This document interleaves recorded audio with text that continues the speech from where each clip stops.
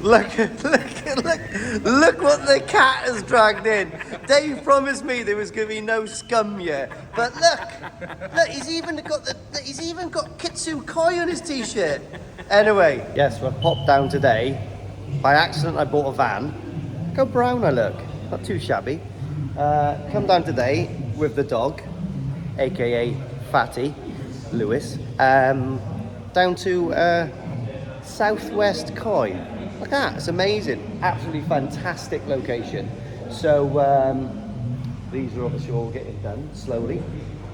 So I thought I'd come down because Rad's coming down for a bit of a talk. And obviously he knows a bit more than me. So I'll keep my ear to the floor and listen to what he's saying.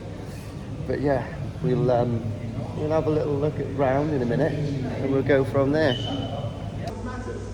not the average. So in a way, you're wasting your time. You can have pH of 7 for 24 hours a day. But if that pH suddenly rises to 7.7,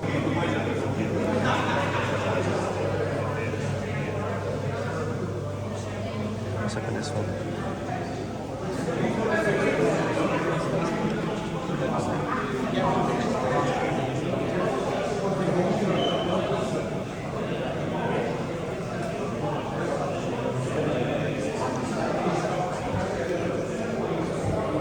Great.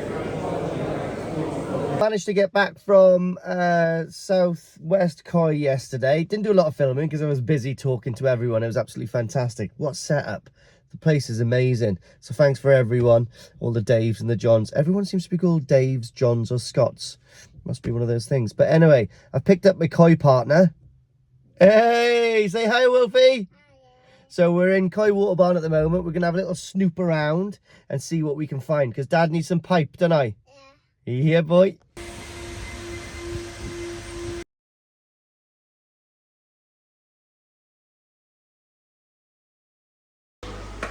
There's fishies. Go on and get up those steps. They're big ones, aren't they? I struggle up these ones as well. Yeah, come and have a look at these big fish, lot. Wow. Pretty cool.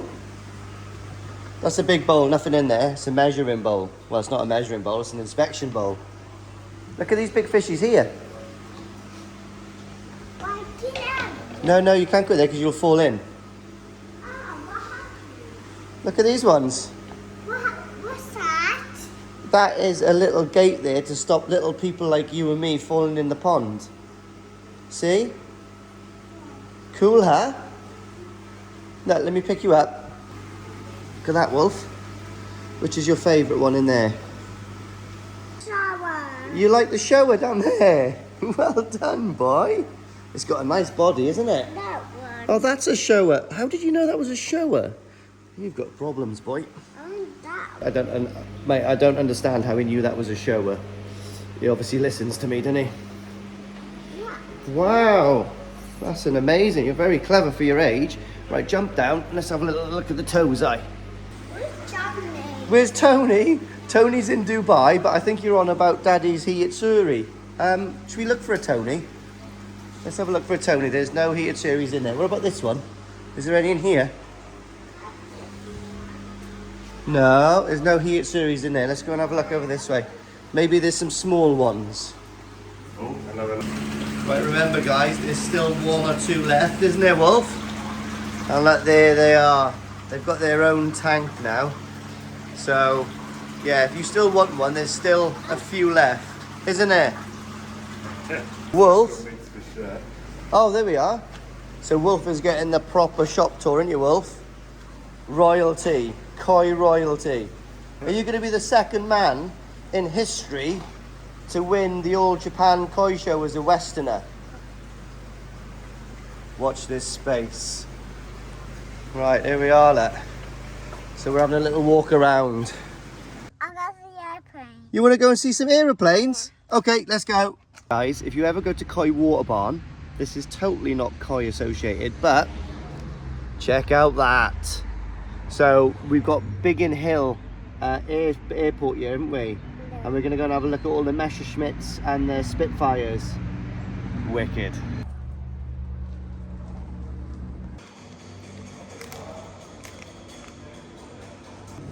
Amazing, isn't it?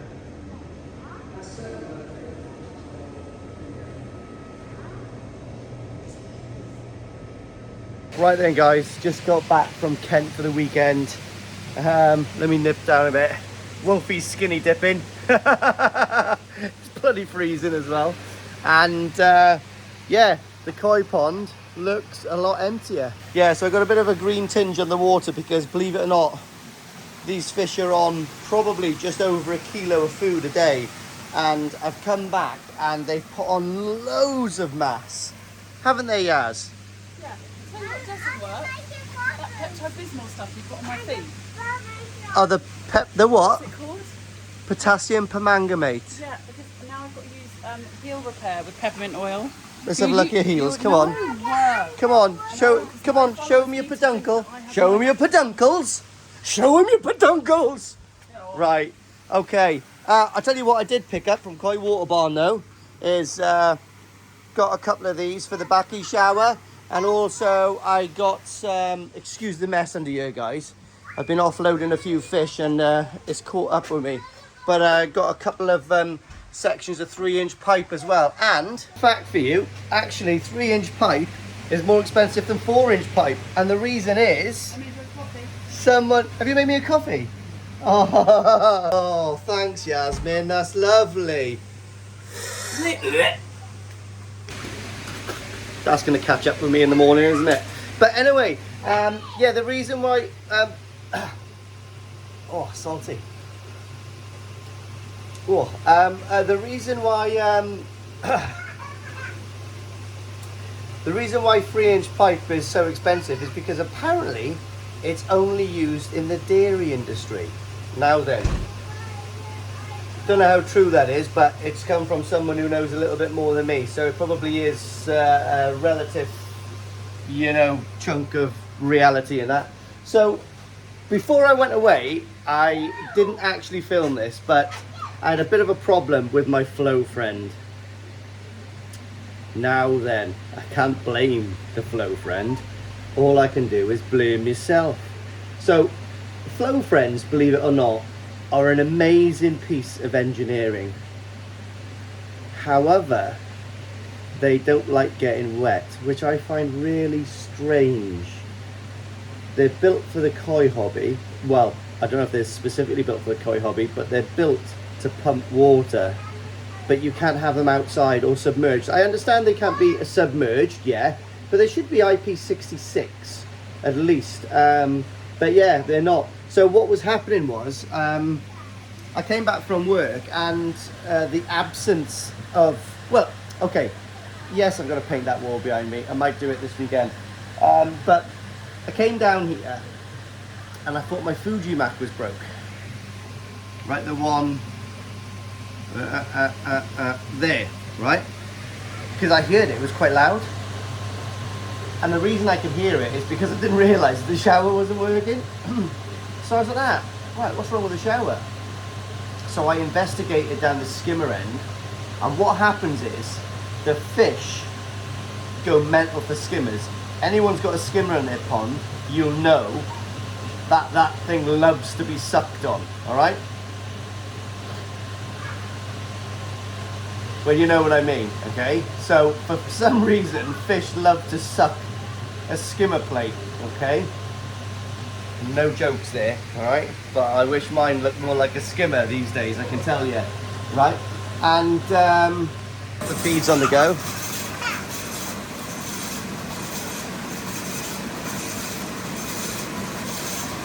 So believe it or not, I think that's either 3 or 4 bars on the feeder. They always go for the sinking first, so I put about 25% sinking in. Possibly 1 or 2 bits gets to the drain before then, but not often, not much. And then what they do then is they slowly mop it all up on the surface. And what I've done is, cleverly, I have lowered my skimmer a tiny bit to produce a barrier there, so it doesn't really go in there. But I'll have to monitor it because I think they might be struggling on this much food at the moment. Go down in the water. He's loving it there. Yeah, so I got to keep an eye on this creature. Yeah, some of the food was going down the skimmer there, but the reason was because I had my air curtain on. To be honest, I don't really have my air curtain or the bottom drains on these days. The fish are way happier in still water. So,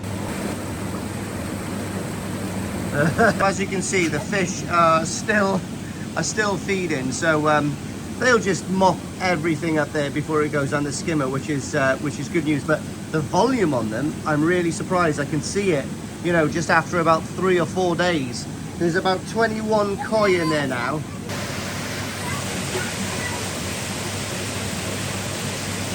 Love is in the air, every sight and every sound. I am so jealous of that skimmer plate.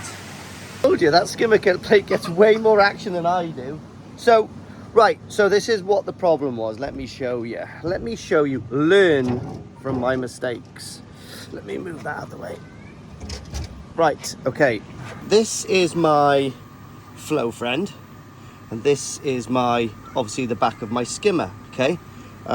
This is the 4-inch into 3-inch ball valve, okay? This is my overflow, right? And this one is blocked off. But what happens is, when the koi are messing around by the skimmer, they make a tidal wave. And what was happening was, right, okay, so what was happening is the koi were making a tidal wave, and it was coming between the gap of the skimmer and the wall. So what I've done is I've MS300 sealed this, okay, when the water level was a bit lower. And what I've also done is put a nice bead of MS in there. Now I'm going to do another bead on top of this again to make sure nothing falls down here. Now I get a little tiny bit of damp on the back there, but that's nowhere near this. It actually just goes down onto the floor, and there's a little soak away there. So what I've had to do is, I noticed that the top of this was a little bit wet. And when I took this open, I had to open this and leave it dry in the sun. A tiny, tiny little bit of moisture was in there. So what I've done is, I've just put that on there for now, but I am gonna make a nice little Perspex cover. I've got some Perspex in there, and I'm going to bond it in there so nothing actually goes on that at all, and it can still breathe and air. So where the back of the pump is there, I've actually got a hole, and it breathes down there. So what I've done is, to stop all of this backwash, I've got a little bit, can you see that like this polycarb? It's a little bit, it goes about 2 inches underneath there, and it's bent around. So any washes, any waves don't flood this area here, and this is a lot drier than it was before. And you can hear the koi messing around there now and sucking away, and there's nothing really happening there. Obviously there's a little bit. And what I've noticed is there is a little bit of food in here. Look. Oh, there's a sucker. I don't know which one that one is, but it's a sucker. So I think what I'm going to do is, I'll tell you now, but look at that. I put all like loads of plants in there, honeysuckle and stuff like that. And where my trickle in is, and my trickle out is, I've got a couple of little holes perforated in the tube, and it actually just you know, just waters that as it's running out, which is quite good. So what my plan is there, I think what I'm going to do is, the big 300 Fujimac, I think I'm going to change one of the hoses, and I'm going to put a tiny bit of air coming in this bottom drain, just so this one has got a little bit of air there, just when they're really heavy on the feed. So we'll see, because I think there's a little bit of a sediment in the pond, and I think that might be the stuff that's been sucked into the skimmer and goes straight over the shower, because I've got no pre-filter there, because I don't get any stuff in here at all, so it just goes straight over. And also what I don't do is put the baskets, you know, you get like the perforated baskets that actually fit in that little gap there. I don't use that because that just gets clogged up with green algae and stuff like that. And also what it does is puts massive back pressure on the pumps. So anyway, that's a no-go for me realistically. A little pre-filter before the shower would have been good, but this is how I've designed it, and it's working absolutely fine. Look at the bow in that bit of timber, guys. This is dried out. It's amazing. So anyway, my sister's garden's coming on lovely. Look at that. A little experiment now. I got a little bit of food. Normally scatters about there. Let's see what happens. Fish are always hungry, as you can see. So I can see some food tracking down this way. It's getting to that little bit of current.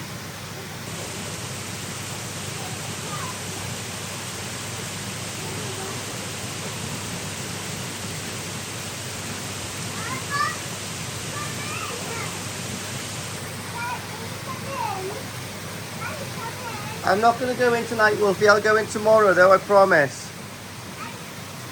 Yeah, so as you can see there, guys, there's no food got there at all.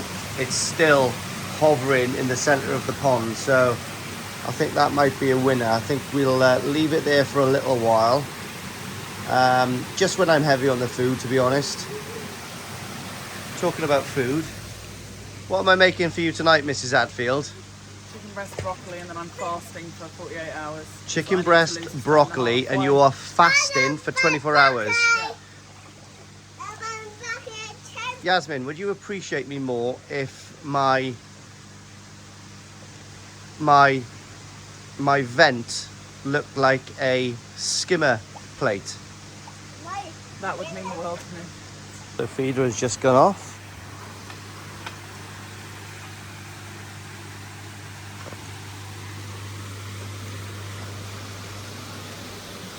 So this is a different day now, guys. This is the day after, what did I do? I'm not quite sure.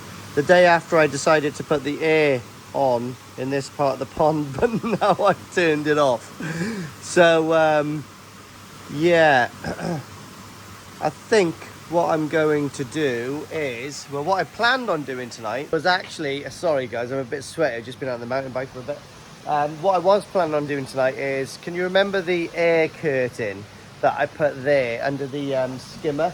So I think what I am going to do now is set that up on a timer. I've got a timer up there, and I'm going to set, right, I haven't got much time tonight now because I've got to cook dinner, but like, I think I am going to set a timer up. So that comes on for 15 minutes during every feed, just before, as the feed goes off, for 15 minutes, let the koi clear up everything in case there is a little bit going in the skimmer. So I cleared the skimmer out yesterday. Let's have a little look. Oh God, you're messing around here. So anyway, let's have a little look. So if I move this and there's some food in here, I know I've got to try to get off my ass and sort this skimmer out. So here we go. All right, okay, that's actually not a lot of food, to be honest. Yeah, obviously this is going to soak and go down the skimmer at some point, but it hasn't yet, so there's not a lot of food there. So what I might do is just pull this food out here, and a bit of poo. A bit of floating poo is never good, but you can see that this will eventually go down the skimmer, but not until it actually gets totally saturated and sinks, gets to like negative buoyancy. But anyway, the fish do love to grade, and you can see there, guys, on the pond that for some reason, look, there's none there at all. All the food kind of stays in that weird little vortex where the showers are, which is absolutely great because the shower actually pushes the food down. Can you see it, the way it's tumbling? So it tumbles by the shower, which is absolutely great for preventing dorsal fin carnage. So it's just starting to creep there now. Well, let's just watch this. So this is my latest little experiment, is seeing where this bloody food goes. Again, doesn't go near the skimmer. There's only a little bit that gets the skimmer, and like they're still happy feeding at the moment. So obviously I'm putting them off a little bit, but as you can see, so even though I've got all one-way flow, I've got a lot more flow going through that bypass than through the heater. So I do actually get a little bit of a vortex going that way. That's their favourite feeding point now.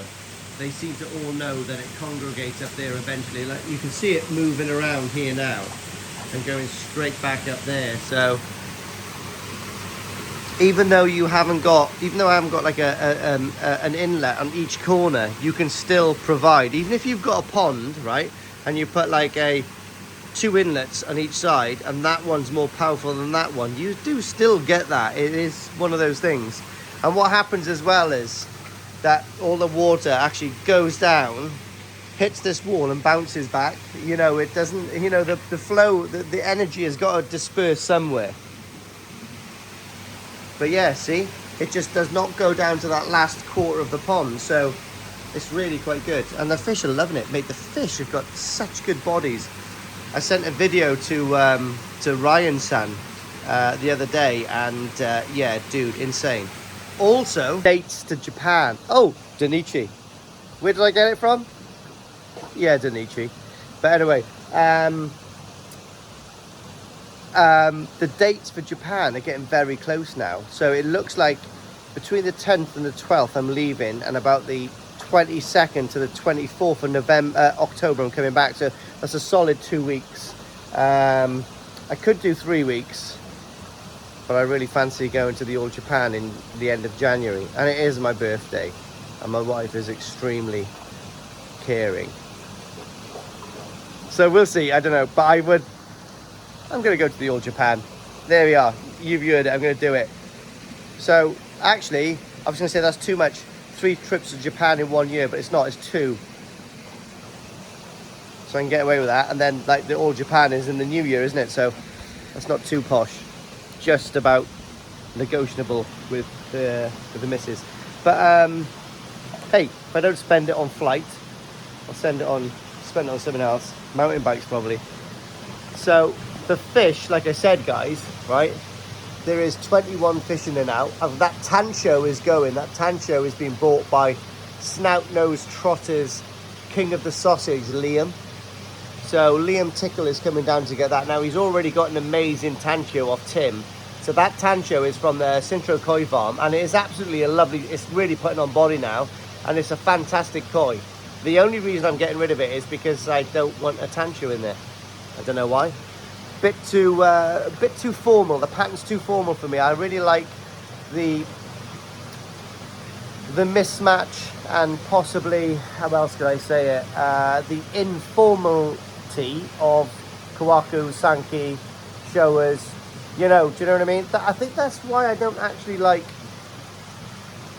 maybe single coloured fish, and fish like Asagi with the scalation's got to be perfect. I like that randomness. I like that abstract art of Go Sankey, I guess. But anyway, what I'm going to do now is call this video an end. I did try to edit this yesterday, and I'd done something wrong, and I thought to myself, oh my god, I'll just do an end thing today. But yeah, next thing on the cards is I might be going to Southwest Koi again next week, because believe it or not, I've sold my truck. Looked so good. But in its stead, wait for it, going back to my gypsy roots, I've got to whip it. But what I was missing was a van. So yeah, I've got a lovely black custom, all the kit put on it. Looks every bit as good as my van, my truck, but just not 4-wheel drive. But what it does have is load capacity. 3 seats in the front. I'm going to put an extra seat in the back, actually, for Wolf Boy Slim. Just because he probably would like it in the front, but long journeys, get him in the back, goes to sleep, lovely. So I'll put a seat that comes in and out to go in the back, and we'll go from there. So yeah, if it's possible, and I'm sure it is.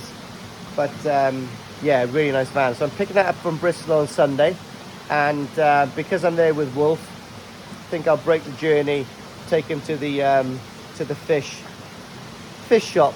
He loves fishes, and what I might do is bowl up a few fish there with Dave and Scott. That'll probably be there, that work there.